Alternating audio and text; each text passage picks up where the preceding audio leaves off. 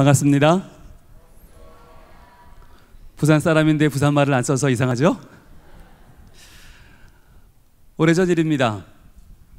한 전도사님이 성경학교를 앞두고 노방전도를 나가자고 얘기를 한 거예요. 그런데 뭘 들고 왔냐면 큰 북이랑 삐에로 복장을 들고 왔어요.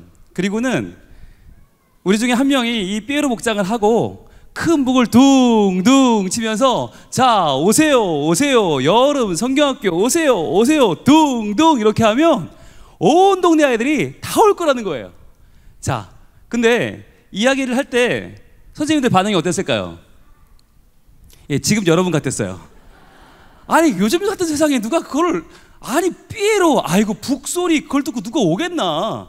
그래서 다들 고개 설레설레 젓는 거예요. 그래서 아무도 안 한다고 그러니까 전도사님이 아이 그럼 내가 할게요 그러면서 막 삐에로 복장을 입는데 그때 갓 고등학교를 졸업한 청년교사 하나가 에이 전도사님 그 나이 어떻게 합니까? 제가 할게요. 그리고는 그 무더운 삐에로 복장을 입고 연지곤지를 찍고 빨간 코를 달고 북을 들고 이제 시킨 대로 하는 겁니다. 자 둥둥 여름 성경학교 오세요 오세요 둥둥. 그러니까 와 온 동네에 있는 아이들이 하나도 안 보이는 거예요. 다 도망갔어. 이상한 사람이 나타났어. 그러면서 막 도망가고 막 집으로 들어가고 숨고 어른들도 저 사람 뭐야? 그러면서 막 피해요. 제일 이 친구 상처받은 건 같이 나간 교사들마저 우리 편인 줄 알았는데 어머 저희는 모르는 사람이에요. 그러면서 막 딴 길로 가는 거예요. 그러니까 이 청년이 얼마나 상처를 받았는지 야 이거 뭐 아니 구름대처럼 온다며 이게 뭐야. 그런데 약속을 했으니까 할 수 없이 내가 한 바퀴만 돈다. 내가 이 한 바퀴만 돌고 다시는 안 한다. 그리고는 둥둥 여름 성경학교 오든지 말든지 둥둥 이러면서 억지로 막 그 북을 친 겁니다. 그렇게 동네 한 바퀴를 돌아서 교회 도착했습니다. 예배당문 들고 들어오자마자 그냥 꽃갈 벗으면서 북을 던지면서 이 친구가 내가 다시 안 한다고 말이야. 내가 전도사님 이런 말씀 내가 다시 들으면 내가 사람이 아니다. 그러면서 내가 아우 이 더위에. 그런데 마침 그때 예배당문이 빠꼼히 열리는 겁니다. 그러더니 1학년짜리 꼬마 하나가 빠꼼히 고개를 내밀어요. 그러더니 삐에로가 화장을 지우니까 아저씨다. 야, 나 아저씨 아니야 형아야. 그런데 형아라는데 아저씨다. 야, 나 아저씨 아니라고 형아라고. 너 뭐야? 너 누구야? 너 우리 교회야? 그랬더니 교회가 뭔데요? 너 우리 교회 아니야? 여기 왜 왔어? 아저씨가 오라면서요. 뭐 둥둥 여름이 어떻고 성경이 어떻고 오라면서요. 그 순간에 이 청년 교사가 마음에 뭔가 꽝 하고 다가오는 게 있었다는 거예요. 그리고는 무릎을 꿇고 이 아이를 끌어안았습니다. 그리고 울기 시작합니다.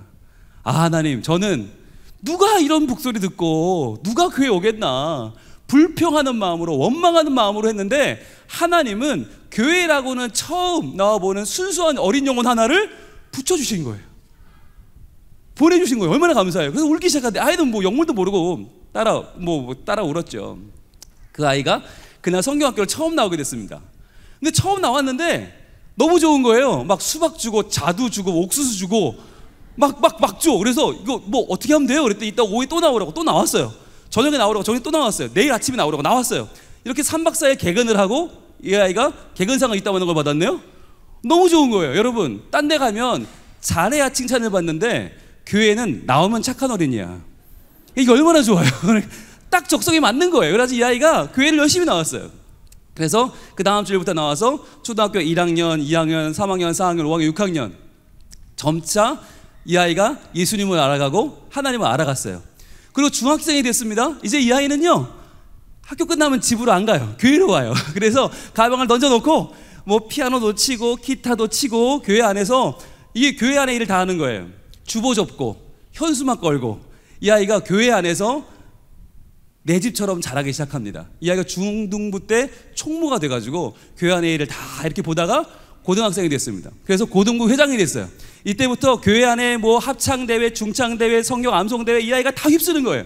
그리고 문학의 밤 되면 콘티를 쓰고 시를 쓰고 연극을 만들고 연출을 하고 출연을 하고 그러면서 여러 교회에 다니면서 주님을 전하는 일을 이 아이가 했다는 거예요.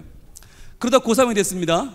이제 진로를 정해야 되는데 너무너무 교회가 좋은 거예요. 너무너무 하나님의 집이 좋은 거예요. 그래서 나는 나는 주의 일을 할 거다. 그리고 이 아이가 신학대학을 갑니다. 장신대를 가서 신학과를 가서 이 아이가 군대를 다녀와서 꿈에 그리던 어린이 사역자가 됩니다. 그래서 약 20여 년간 어린이 전문 사역자로 열심히 부교육자 생활을 하다가 3년 전에 부산에 있는 모교회 담임 목사가 돼서 지금 목회를 잘하고 있다고 합니다.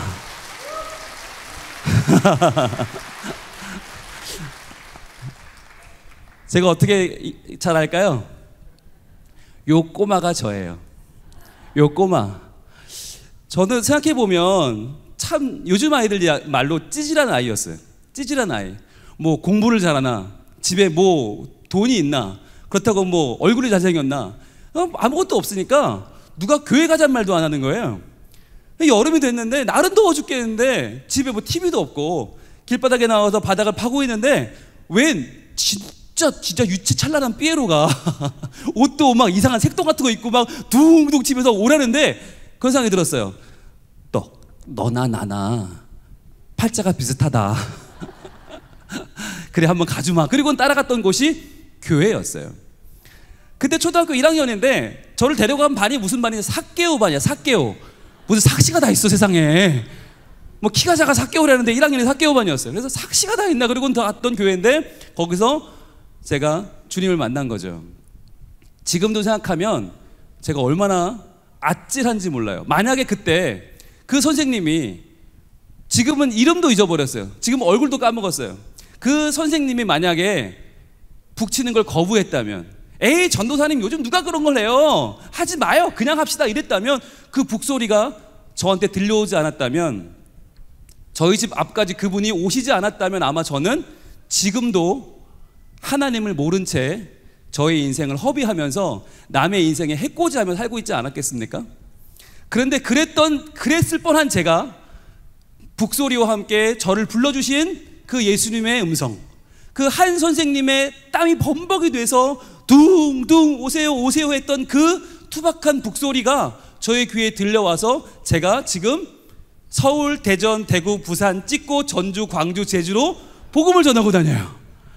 지금도 어린이 집회를 하고 청소년 집회를 하고 청년 집회를 하고 교사 부흥회를 하고 이렇게 다음 세대 부흥회를 하고 다닐 수 있어요. 너무너무 다행이죠. 저도 오늘 오면서 한편으로 기도하면서 왔고요, 한편으로는 제가 찬양하면서 왔습니다. 어떤 찬양을 불렀냐면 정말 다행이다. 내 인생이 정말 세상으로 가지 않고 하나님 날 불러주셔서 교회 안으로 올 수 있었고, 교회 안에서 내가 잘할 수 있었고, 교회 안에서 기도와 사랑과 충만한 은혜 가운데 성장한 것이 얼마나 다행인가. 저를 키운 건 파라리 교회였어요. 그래서 하나님은 내가 너무나 감사해서 이 찬양을 부려봤습니다. 주님을 만나고 주님의 옷자락을 만질 수가 있어서, 주님을 만나고 주님을 마주보며 예배할 수 있어서, 주님을 안고서 힘이 들면 기도 드릴 수가 있어서 다행이다. 주님이란 아름다운 세상이 여기 있어줘서. 아멘. 네, 이적이라고 하는 분이 만든 다행이다라는 곡인데요, 제가 가사를 조금 바꿔봤어요. 여러분, 우리 모두 다행이지 않습니까? 세상을 향해서 육적인 것과 돈과 명예와 성공을 향해서 정신없이 달려가고 있을 우리의 인생을 하나님 앞으로 불러주신 우리 하나님, 그리고 무엇보다도 좋은 교회, 우리 신일교회를 만나게 하신 하나님, 또 좋은 목사님, 우리 배우한 목사님과 좋은 교육자분들, 그리고 무엇보다도 우리 좋은 교인들 만나게 하신 하나님의 은혜, 우리 너무너무 다행이지요. 그 하나님께 영광의 박수 하겠습니다. 할렐루야.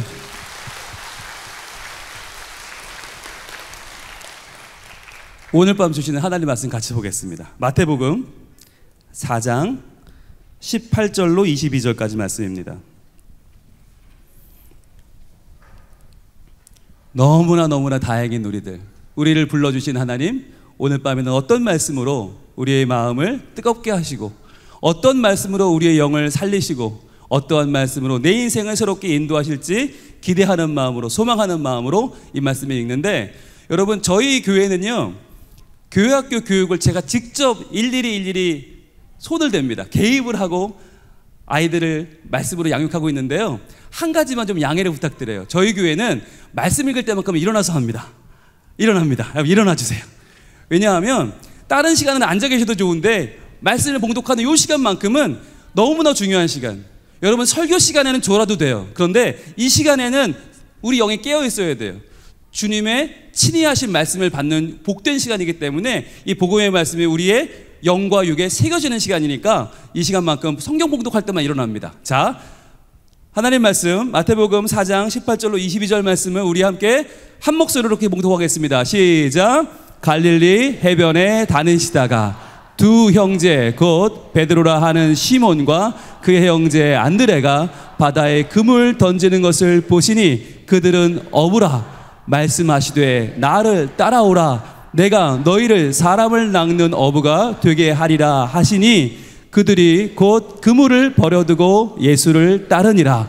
거기서 더 가시다가 다른 두 형제 곧 세베대의 아들 야고보와 그의 형제 요한이 그의 아버지 세베대와 함께 배에서 금을 깁는 것을 보시고 부르시니 그들이 곧 배와 아버지를 버려두고 예수를 따르니라. 아멘.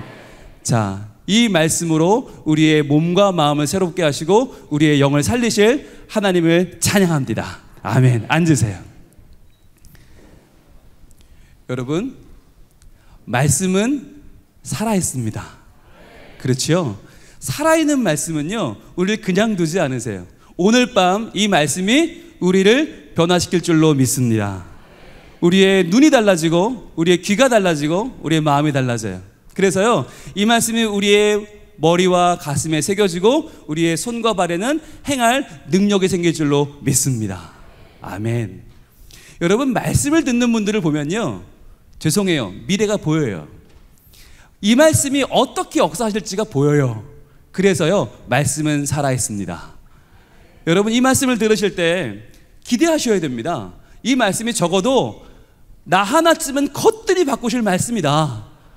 이 하나님이 마태를 통해 주신 이 귀한 복음의 말씀은 나를 충분히 살리고 나를 새롭게 하고 나를 통해 세상을 바꾸실 말씀이다. 아멘. 이 확신을 가지고 말씀을 받으면요, 이 말씀이 그냥 있지를 않아요. 말씀은 계속 돌아다녀요. 그래서 내 속에서, 내 안에서, 내 밖에서 바뀌어야 될 부분을 찾아가세요. 추적해서 변화시키는 능력이 있는 줄로 믿습니다. 아멘. 그렇습니다. 여러분, 말씀 목회, 제가 말씀 목회 하는데 말씀 목회가 뭔가 다른 게 아니더라고요. 목사님은 목숨 걸고 설교하고 여러분은 목숨 걸고 말씀 듣고, 그러니까 그냥 말씀을 듣는 게 아니라 여러분들이 이 시간에 뭐 하시는 건지 아세요? 실은요, 전도하는 겁니다. 전도. 목사님, 전도는 밖에 나가서 사람 만나서 하는 거 아닙니까? 아닙니다. 여러분, 신일교회쯤 되면요, 주일날 신일교회 교인보다 아닌 분이 아마 어떤 날은 더 많을 수도 있어요. 좋은 교회로 소문나면 많은 분들이 와서 봅니다. 그때 뭘 볼까요? 목사님 설교만 보는 게 아니에요. 예배 드리는 여러분을 봅니다. 그런데요, 예배 드리는 여러분들의 모습이 말씀에 정말 확신을 가지고, 이 말씀이 나를 변화시킨다는 확신을 가지고 말씀을 정말 잡아먹을 것처럼, 말씀을 완전히 오늘 내가 소화해서 이 말씀을 내 삶에 빨아들이는 것처럼 열심히 말씀에 집중하면요, 오신 분들이 깨닫습니다. 아, 신일교회 예배는 살아있구나. 아, 신일교회가 믿는 하나님은 진짜구나. 그럼 이분들이 이 교회에 내가 뿌리를 내리고 이 교회에서 하나님 만나야지 라고 하는 마음이 생기는 거예요. 그래서 따라합니다. 나는 예배로 전도한다. 아멘. 여러분이 예배를 잘 드리면 그게 전도예요. 예배를 잘 드리면 그게 우리 교회를 빛내는 길이고, 말씀에 집중하면 그것이 영혼을 살리는 길인 줄로 믿습니다. 저도요, 저희 교회, 요즘 성민교회가 요즘, 죄송합니다, 난리가 났어요. 부산에서 좋은 교회로, 다음 세대가 살아나는 교회, 다음 세대가 가고 싶어하는 교회 1위가 저희 성민교회예요. 그러다 보니까 예배 시간에 보면 저희 교회 교인들보다 아닌 분들이 더 많이 눈에 보여요. 그럼 저는 어떻게 설교할까요? 전도하는 마음으로 설교합니다. 전도하는 마음으로. 왜? 저분들의 마음이 흔들리지 않고 이제 다른 교회 더 가봐야지, 여기 가봐야지 하지 않고 여기서 마음을 정하고 뿌리를 내리고 등록할 수 있도록 그런 마음으로 설교합니다. 그러니까 저는 설교로 전도하는 것이고 여러분은 예배로 전도하는 거 맞죠? 아멘. 오늘 이 밤에도 모르긴 해도 아마 신일교회 아닌 분들도 오셨을 거예요. 이 주변에 계신 분들, 이 아파트 계신 분들, 약수동 이 일대 분들이, 신당동, 뭐 종로, 이분들이 신일교회에서 다음 주에 부흥회 한다는데 한번 가볼까? 이렇게 오신 분들이 계실 거예요. 그런데 보니까 강사 목사님은 좋아도 소용이 없어. 왜? 부산을 따라갈 수가 없어요. 부산까지 갈 수가 없네? 그러니까 강사 목사님 마음에 드는 건 하나도 소용이 없어. 뭐가 중요한가?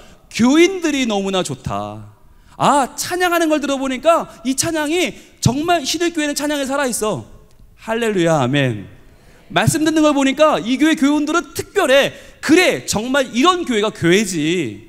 그래, 내가 이 교회에 뿌리를 내리고 하나님을 만나야겠다라고 하는 결심을 하게 될 줄로 믿습니다. 그래서 저는 앞으로 기대합니다. 신일교회 아는 목사님들 많이 계시거든요. 여쭤볼 거예요. 매주 예배를 통해서 새롭게 등록하는 교인들이 많아지는지 보겠습니다. 하나님께서는요, 살아계셔서 분명히 역사하시는데 누구에게 역사하시나? 살아있는 예배자에게 역사하십니다. 살아있는 예배자는 말씀을 받아 그 말씀으로 내 인생을 주님께 헌신하는 복된 말씀의 사람인 줄로 믿습니다. 오늘 밤에 우리가 예수를 따르니라, 예수를 따르니라라고 하는 말씀 제목을 우리가 같이 상고할 텐데, 여러분, 예수를 따르는 사람이 누군가? 오늘 본문에 너무 잘 나와 있어요. 그런데 너무 잘 나와 있는 거 우리 지금까지 몰랐어요. 왜요? 눈을 뜨고 말씀을 읽었지만 그 말씀에 깊은 의미가 무엇인지 내가 그 말씀대로 살겠다는 다짐이 없었어요. 그 말씀대로 내가 어떻게든 목숨 걸고 따라가 보겠다고 하는 나의 열정이 지금까지 내 안에 차오르지 않았어요. 오늘 우리는 부흥회 아닙니까? 부흥회면 뭐가 부흥해야 되는 겁니까? 내 영이 부흥해야 되는 줄로 믿습니다.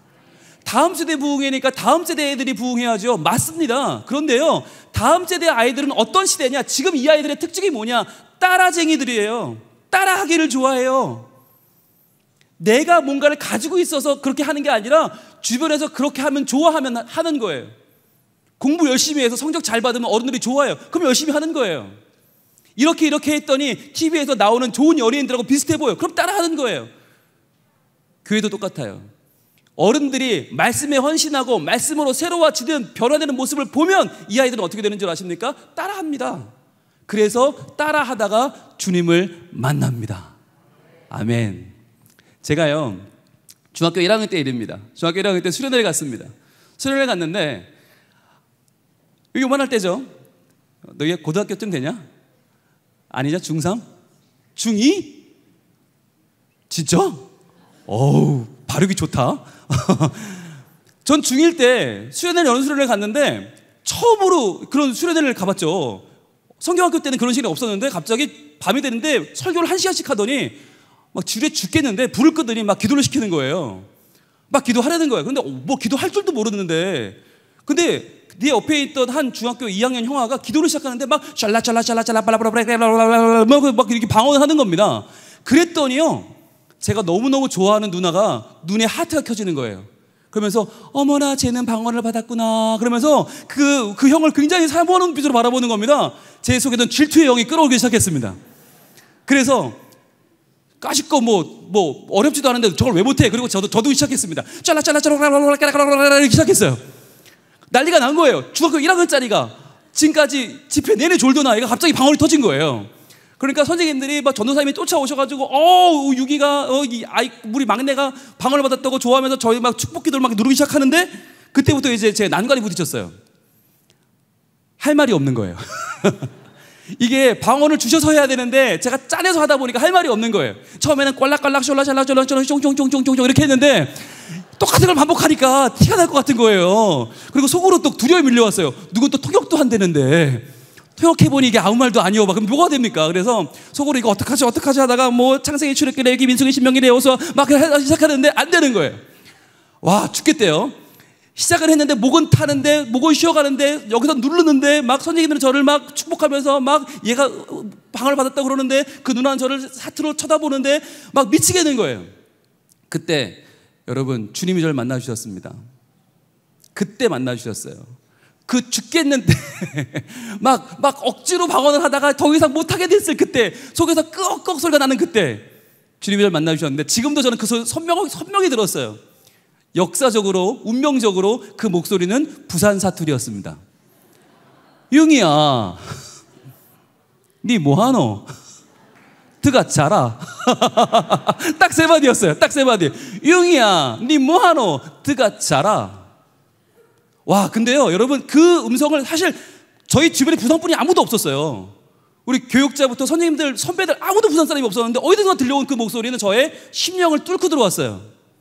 근데 그게 무슨 마음이었냐면, 나는 너를 위해서 수련회를 준비하고 전도사님 통해서 1시간씩 말씀을 전하게 하고 이 시간, 이렇게 뜨거운 기도의 시간을 만들었는데 너는 나를 보지 않고 그 누나, 네가 좋아하는 누나의 마음을 사보려고 억지로 짜내서 가짜로 방언기도 하고 앉아있는 네 모습을 보아하니 못 봐 죽었다.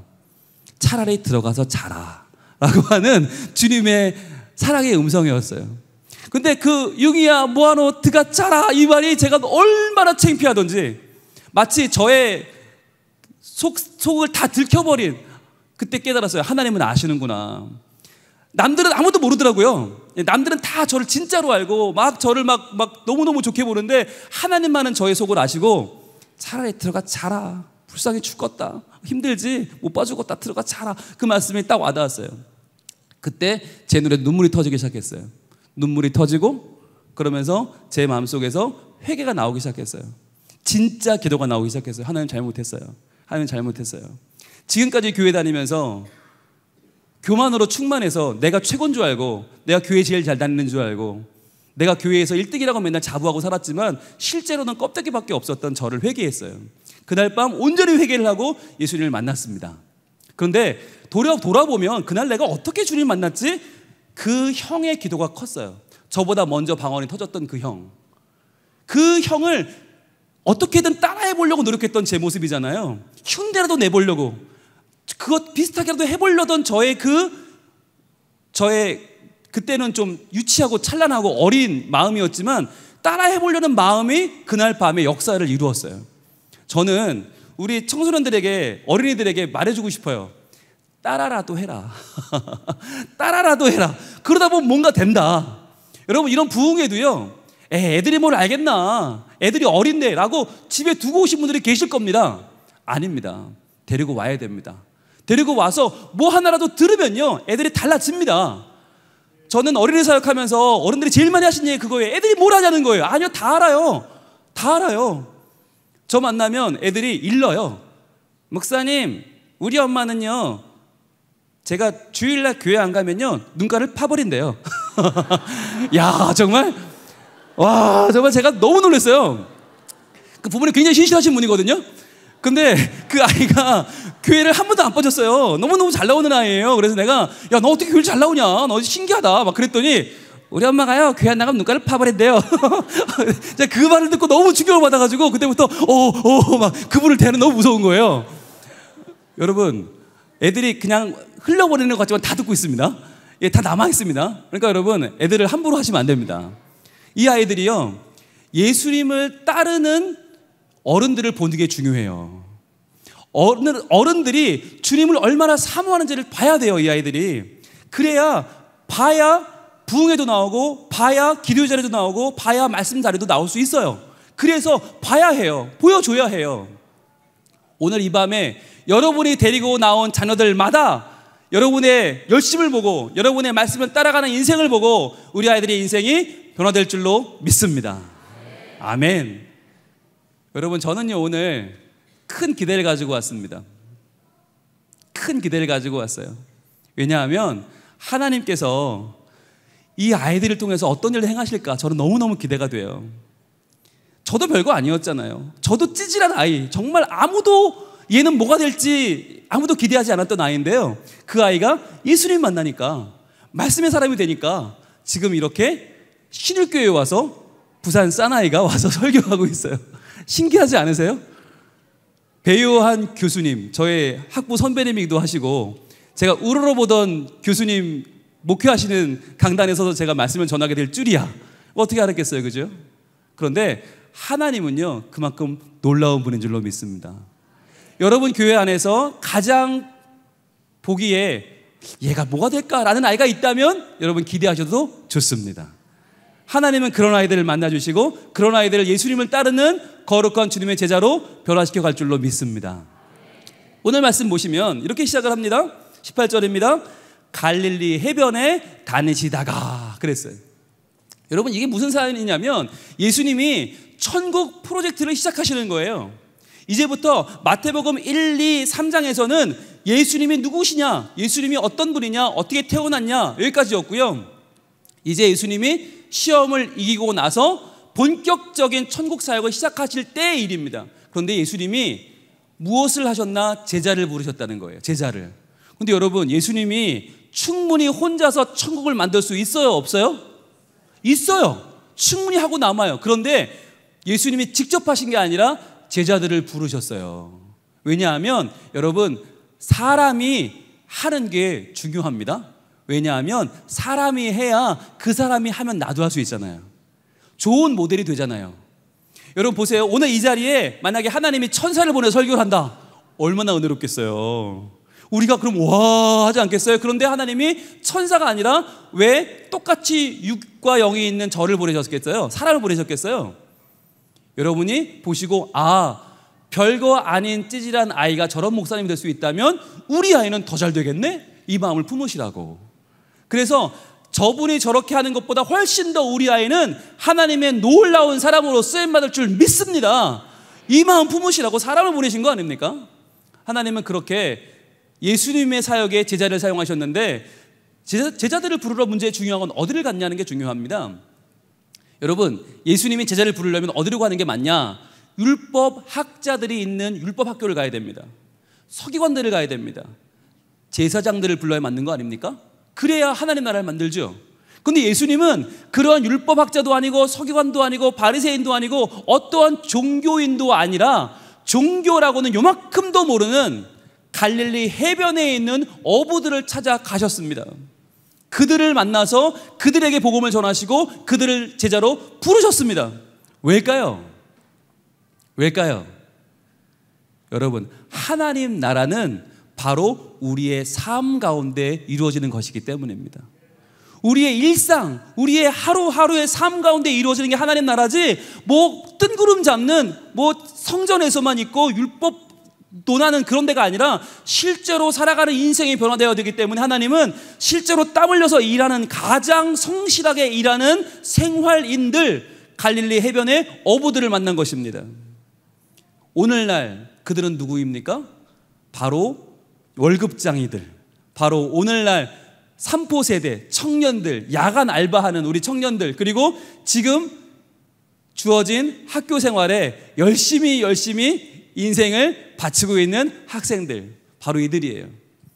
오늘도 성적이라고 하는 이 중요한 그물을 내가 어떻게든 건져보리라, 어떻게든 내가 정말 어떻게든 나의 진로를 주님 안에서 아름답게 가져보리라 꿈을 꾸며 미래에 대한 그물을 던지는 이 어부들, 하루하루의 삶의 그물을 내리는 바로 여러분들, 하나님의 거룩한 성도분들을 하나님은 지금 부르고 계신 줄로 믿습니다.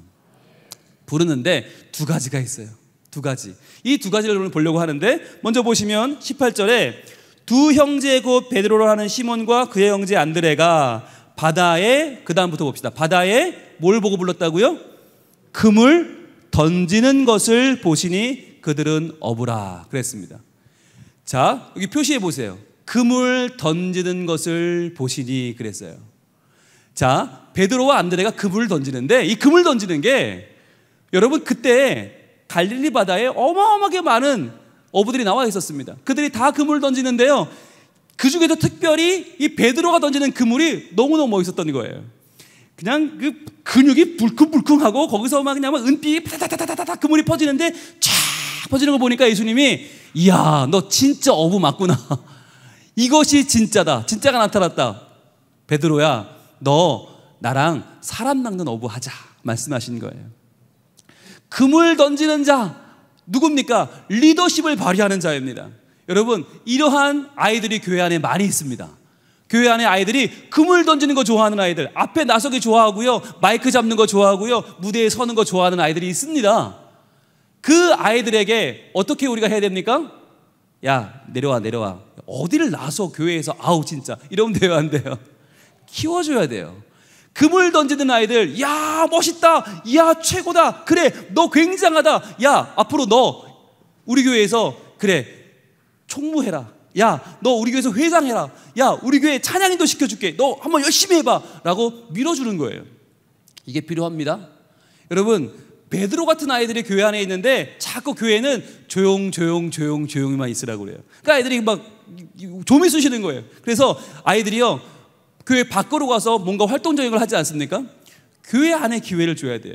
교회 안에서 그 아이들이 뭔가를 할 수 있도록 도와주는 게 필요합니다. 여러분, 어제 제가요 부산에서 독일 선교사님 만났거든요. 독일에 제가 전에 갔을 때 도움받았던 선교사님이 부산에 오신다는 거예요. 너무 반가워서 제가 당연히 만나자고 만났어요. 근데 이분이 차를 타고 왔는데 SM5를 타고 온 거예요.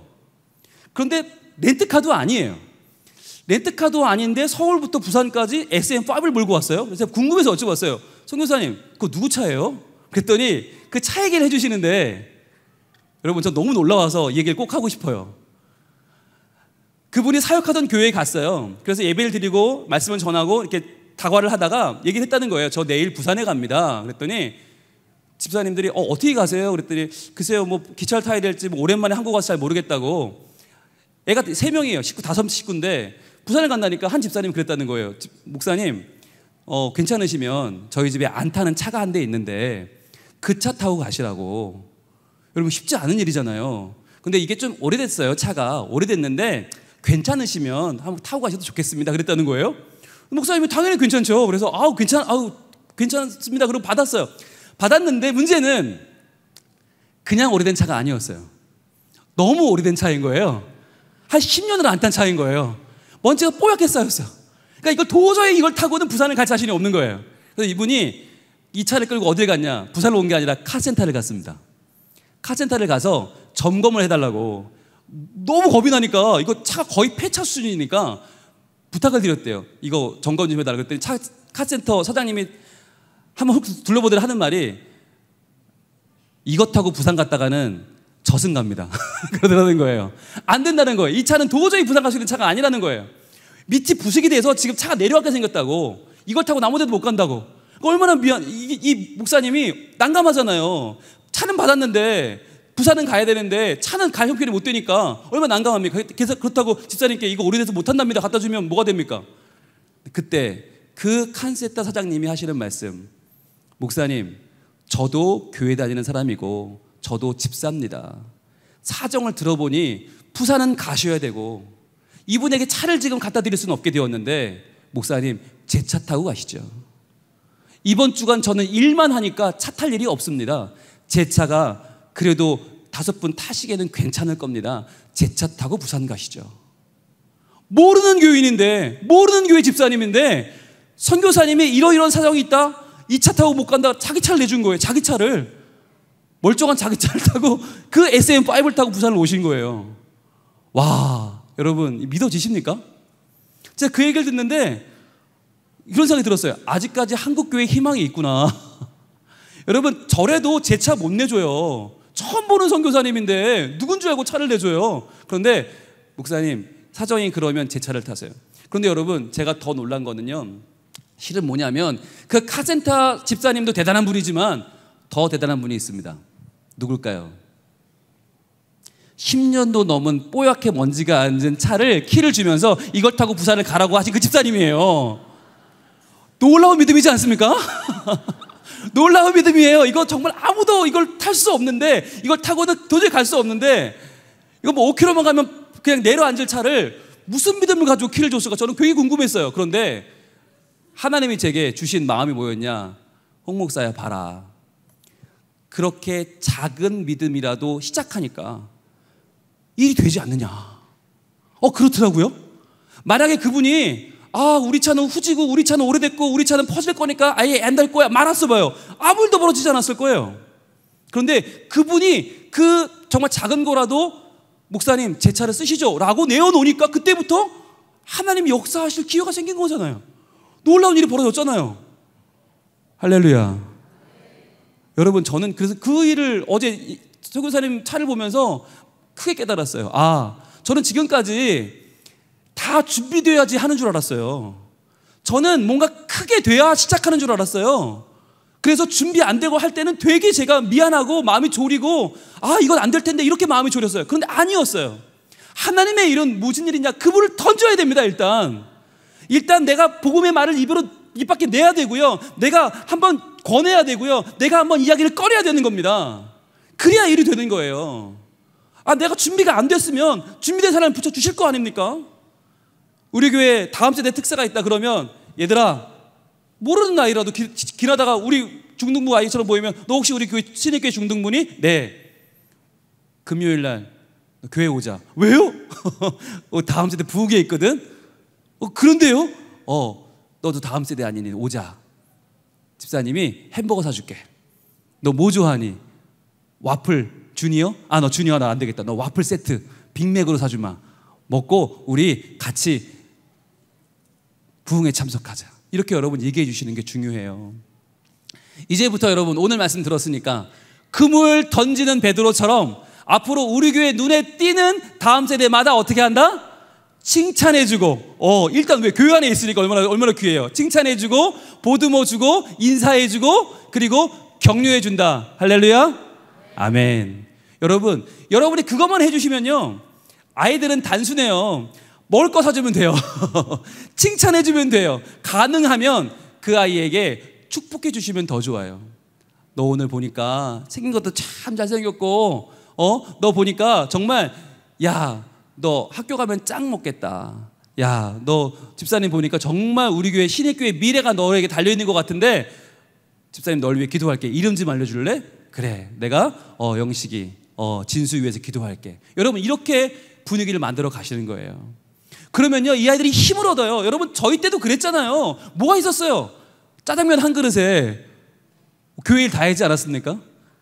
탕수육만 사주면 진짜 그때부터는 교회 전임처럼 일하지 않았습니까? 여러분, 그렇게 여러분이 해주셔야 돼요. 그렇게 해주실 때 우리 아이들이 금을 던지는 멋진 하나님의 제자가 될 줄로 믿습니다.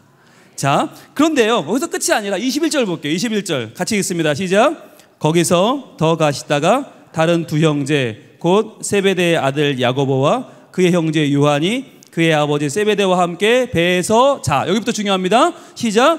금을 깁는 것을 보시고 부르시니. 아멘. 뭘 보고 불렀다고요? 금을 깁는 것을 보시고 불렀다는 거예요. 여러분, 아까 금을 던지는 것을 보시고 부르시니, 이건 말이 돼요. 이건 너무 멋있으니까, 너무 동적이고 너무 화려하니까 금을 끝내주게 던진다. 너 진짜 어부 맞구나. 사람 낚는 어부 하자. 말이 돼요. 그런데 금을 깁는 건 뭐예요? 금을 깁는 거, 이건 하나도 안 멋있어요. 이거는 하나도 정말 뭐 이렇게 멋진 구석은 요만큼도 없고요. 오히려 좀 너무 차분하고 너무 정적이에요. 그런데 그 그물 깁는 거, 밤새 내렸던 그물을 끄집어내서 고기는 고기대로, 돌은 돌대로, 쓰레기는 쓰레기대로, 해줄은 해줄대로 하면서 구멍난 부분을 기우고 있는, 깁고 있는 그 모습을 보시고 예수님이 딱 보시고, 야 요한아, 너 내 제자 하자라고 부르셨다는 거예요. 여러분, 예수님은요 어떤 분이냐? 그물 던지는 자만이 아니라 그물 깁는 자를 부르셔서 하나님 나라의 제자를 삼으신다는 것입니다. 이게 왜 중요하냐면요, 우리는 그물 던지는 자를 좋아하거든요. 근데 그물 던졌는데 그 그물에 구멍이 나 있으면, 빵꾸가 나 있으면 어떻습니까? 100번 던져도 소용없는 겁니다. 다 새 나갑니다. 요즘 한국교회의 문제를 뭐라고 합니까? 이렇게 말합니다. 전문 용어입니다. 앞으로 벌고 뒤로 미친다고 그래요. 앞으로 벌고 뒤로 미쳐. 앞으로 뭐 전도 행사하면 많이 옵니다. 많이 오는데 뒤로 다 나가요. 다 새 나가요. 어디로 가는지도 몰라요. 많은 청년들이 가난한 교인이 되고 교회를 멀어지고 떠나가고 이단으로 가고 다 뒷문이 막혔어요. 다 열려있어서 다 나갔어요. 왜요? 금을 깁는 자가 없어요. 금을 깁는 자. 여러분, 교회 안에서 금을 깁는 자들을 만들어내야 됩니다. 조용히 기도하는 팔로워들, 조용히 자리를 지켜주고 있는 분들이 중요합니다. 여러분, 그분들이 내 자리를 지킬 때 어떤 일이 벌어집니까? 하나님의 나라가 든든히 서는 역사가 이루어질 줄로 믿습니다. 그래서요, 우리 다음 세대 중에도 앞에 안 나서는 애들이 있어요. 앞에 나서라 그러면 죽기보다 싫은 아이들도 있어요. 몸을 베베 꼬아요. 그러면 너는 왜 애가 그렇게 쑥맥이니, 너는 왜 이렇게 낯을 가리니, 이럴 게 아니라 얘는 그물 깁는 아이구나. 그래, 네가 그 자리에서 자리 지키고 기도하는 게 참으로 귀하다라고 말해줄 수 있어야 되는 거예요. 그 아이들이 그렇게 자리를 지켜줄 때 어른들은 뭐합니까? 어른들도 여러분, 그물을 깁는 성도들이 많이 나와야 할 줄로 믿습니다. 기도함으로 아이들을 챙겨주는 거예요. 앞으로 나서서 칭찬하고 축복하고 이런 건 잘 못하지만, 그러나 항상 교회 올 때마다 하나님, 우리 교회 표어가 다음 세대와 함께 행복을 나누는 그런 신일교회인데, 우리 다음 세대들이 믿음으로 바로 서서 학교 가서 믿음으로 복음 전하게 하시고, 믿음으로 공부하게 하시고, 믿음으로 꿈을 키우는 아이들이 일어나게 하여 주시옵소서. 이렇게 기도하는 여러분들의 그 기도가 바로 그물 깁는 수고인 줄로 믿습니다. 그렇게 할 때에 하나님이 비로소 역사하시는 거예요. 여러분, 세계적으로 유명한 전도자 가운데 여러분 빌리 그레함 목사님 잘 아시죠? 근데 그 빌리 그레함 목사님은 전도자로만 유명한 게 아니었어요. 더 유명한 건 망나니 아들 때문에 유명했어요. 망나니 아들 프랭클린 그레함이라는 아주 망나니가 있었는데, 이 망나니는 어떤 망나니였냐면 맨날 마약하고 술 마시고 파티하고 그러면서 다니면서 기자회견을 합니다. 우리 아버지는 거짓말쟁이다. 빌리 그레함이 말하는 하나님은 없다. 그러면서 가는 데마다 그렇게 말썽을 부리고 다녔어요. 근데 이 프랭클린 그레함이라는 친구가 하루는 그날도 마약 파티를 하러 자가용 비행기를 몰고 미국 네바다주를 지나고 있었습니다. 그래서 라스베가스를 가는 길이었어요. 여러분, 얼마나 부자면 자가용 비행기를 몰고 다닙니다. 그런데 가다가 이 한밤중인데 기름이 떨어진 거예요. 여러분, 비행기 기름 떨어지면 큰일 난 거 아닙니까? 금방 내려와야 되는데 통신도 안 돼요. 꼼짝없이 죽게 생겼어요. 꼼짝없이 죽게 생겼어요. 그러니까 프랭클린 그레함이 그 밤에 아무도 나를 도와줄 자가 없는데 정신이 번쩍 드는 겁니다. 처음으로 기도라는 걸 하기 시작합니다. 하나님, 내 아버지가 있다고 증거하는 하나님, 만약 계시거든 저를 좀 살려주십시오. 정말 이 위기에 저를 살려주시면 하나님은 계시기 분명하니까 저는 앞으로 하나님을 증거하는 복음 전도자가 되겠습니다. 아버지보다 더 열심히 하겠습니다. 살려주세요. 기도했어요. 자, 기도하고 났더니 어떤 변화가 생겼을까요? 아무 변화도 안 생겼어요. 어떻게든 살아야 되는데 방법이 없는 거예요. 고민하다가 평소에 가던 공항이 하나 있다는 게 생각났습니다. 그런데 문제는 뭐냐면 미국 사막에 있는 공항은요, 하루 종일 비행기가 한 대도 안 뜨고 한 대도 안 내릴 때가 많아요. 그러니까 활주로에 그 밤에 새벽에 불이 들어와 있을 리가 없잖아요. 활주로에 불이 안 들어오면 내릴 수가 없죠, 당연히. 다시 한번 기도하기 시작합니다. 하나님, 어딘가 계시다는데 졸지도 주무시지도 않으시다면서요. 하나님, 제발 이 공항에, 이 사막 한가운데 공항에 바로 이 시간, 필요한 지금 이 시간에 활주로에 불이 들어오게 하여 주시옵소서. 그럼 제가 믿겠습니다. 그럼 주님 전하겠습니다. 주여 주여 주여 하고 그 공항을 막 찾아가는데 관제탑은 보이는데 활주로가 안 보이는 거예요. 주여 주여 주여 불을 하면서 거의 내려왔어요. 3,000m, 2,000m, 1,000m 불을 그러는데 그때 활주로에 불이 다다다다다다다다다 들어오는 거예요. 와, 그래서 가까스로 끼익 하고 거기 내렸습니다. 겨우겨우 비행기를 내리고 문을 열고 관제탑으로 뛰기 시작했어요. 뛰어서 문을 열고 들어가서 지금 누가 활주로에 불을 켰냐고. 그런데 책임자가 말합니다. 활주로에 불이요? 오늘 우리 공항에는요 내리는 비행기가 한 대도 없어요. 그래서요 활주로에 불을 킬 일이 없어요. 오늘 킨 적이 없는데 그러는 거예요. 아니라고. 지금 불이 들어왔고 내 비행기 내렸다고. 누가 켰냐고. 그때 한 말단 직원 하나가 뭐 저거면서 실은요 제가 잠깐 켰는데요 그러는 거예요. 책임자가 아니 너 왜 네 맘대로 키냐고 그랬더니 아니 딴 게 아니라 제가 지난주에 교회 빠졌거든요. 그랬더니 목사님이 지금 신방을 오셨어요. 저한테 집사님은 여기서 무슨 일을 하십니까 하시는 거예요. 그래서 제가요 이 레바를 올리면 목사님 불이 들어오거든요. 활주로에 불이 들어옵니다. 그러면서 올리는 걸 보여드렸다는 거예요. 이렇게 올리면 불이 들어옵니다. 또또또또또 보셨죠? 하는데 갑자기 뭐가 싹 내려오더라는 거예요. 너무 놀란 거죠. 그래서 아, 이렇게 비행기가 들어오는군요. 아니요, 저건 예정된 게 아니고요. 그래서 저거 무슨 비행기죠? 그러면서 이렇게 내리면 불이 꺼집니다. 또르르 불이 꺼지는 거 보여드린 거예요. 그 순간 불이 이렇게 키면 들어오거든요 하는데 비행기가 쫙 들어온 거예요. 와, 여러분, 이 이야기를 듣고요, 이 프랭클린 그레함이 그 자리에 주저앉아 버립니다. 그리고는 하나님은 살아계시는구나. 하나님은 이 밤에 이 네바다 사막 한가운데 살아계셔서 하나님은 나의 기도를 들으시는구나. 근데 여러분, 이 기적 같은 일이 어떻게 벌어졌습니까? 두 사람의 그물 깁는 수고였어요. 한 명은 누구예요? 이 늦은 시간까지 레바 이거 하나, 오늘은 비행기도 안 들어오는데 이 활주로 레바를 지키고 앉아서 이 자리를 떠나지 않았던 한 신실한 집사님과, 또 한 명은요, 지난주에 그 집사님이 교회 안 나왔다고 그 늦은 시간에 이분 근무하는 근무지까지 신방을 오신, 이 사막 한가운데 공항으로 신방 오신 목사님, 이 두 분 다 어찌 보면 고지식한 분들 아닙니까? 아니, 그냥 알아서 오겠지, 뭘 거기까지 가요, 전화 한 통화하면 되는데. 찾아갔던 목사님도 대단한 분이고, 그렇다고 그분에게 제가 하는 일 보여드릴게요 이분도 고지식한 분인데, 하나님은 이렇게 자기 자리를 지키는 이 두 분의 수고를 통해서 한 생명을 살리셨어요. 근데 실은 한 생명 살린 게 아니었어요. 그 프랭클린 그레함 목사님이 그 뒤로부터 어마어마한 복음을 전하는 증거자가 됐습니다. 그래서요, 이분이 한번 가는 곳마다 정말 베드로처럼 한 번 절교하면 3,000명이 회개하고 5,000명이 회개하고 한 나라가 변화되는 역사가 지금 벌어지고 있습니다. 그럴 때마다 기억해야 될 것은 자리를 지켰던 그 두 분의 수고가 이분을 만들었다는 거예요. 여러분, 저는요, 오늘 이 신일교회에서 찬양팀의 자리를 지키는 한 분이, 교사의 자리를 지키는 한 분이, 예배위원의 자리를 지키는 한 분이, 주차, 식당, 안내, 내 보이지 않는 자리, 내 예배와 기도의 자리를 지키는 그 한 분의 수고가 또 한 명의 프랭클린 그레함을 만들어낼 줄로 믿습니다. 여러분의 수고와 여러분의 인내와 여러분의 노력과 기도가 우리 다음 세대를 위대한 하나님의 사람으로 만들어갈 줄로 믿습니다. 여러분, 이 일을 위해서 그물 깁는 사역자가 되시지 않겠습니까? 둘 중에 하나는 하셔야 됩니다. 그물을 던지든지 그물을 깁든지. 우리 나가서 다음 세대에게 복음을 전하여 그 아이들에게 하나님의 사람이 되겠노라고 불러오든지, 아니면 교회 안에 와 있는 이 아이들을 정말 믿음으로 지켜내는 그물 깁는 사역자가 되든지, 이 둘 중에 여러분 선택하셔야 됩니다.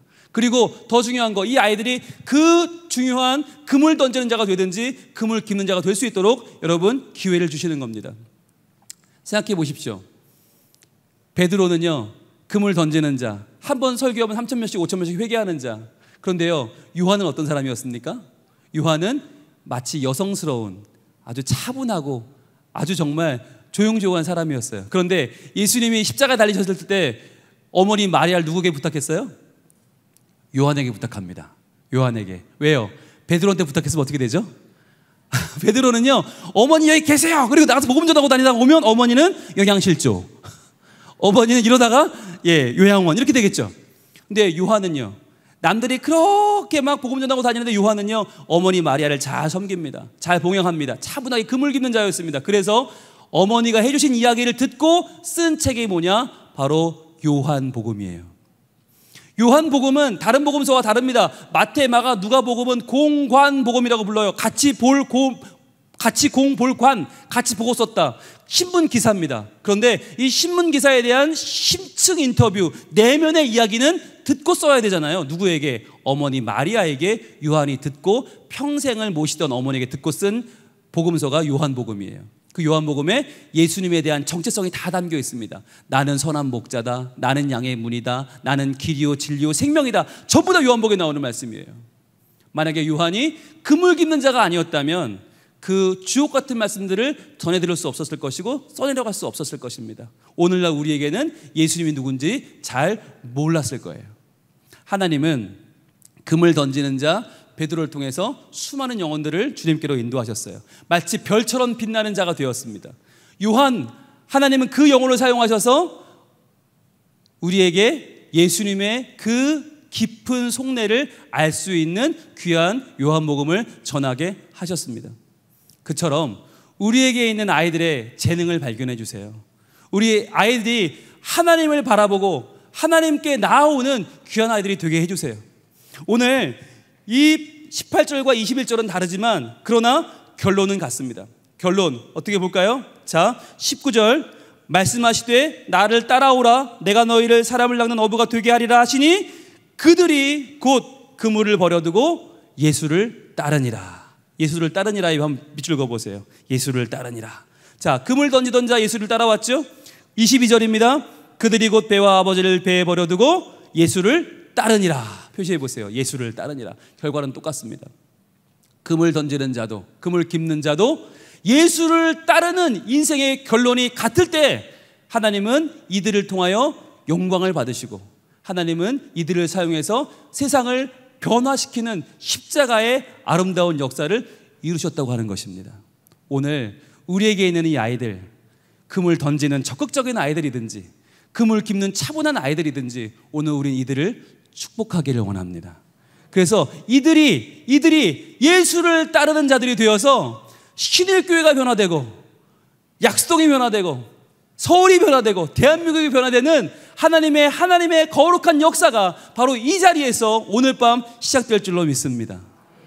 찬양하겠는데요, 우리 아이들을 바라보고, 여러분 자녀가 같이 왔으면 자녀를 바라보시고, 내 자녀가 옆에 없으면 옆에 있는 우리 교회의 자녀들, 다음 세대들 좀 바라보시고 그들에게 축복할 텐데요, 이러한 찬양입니다.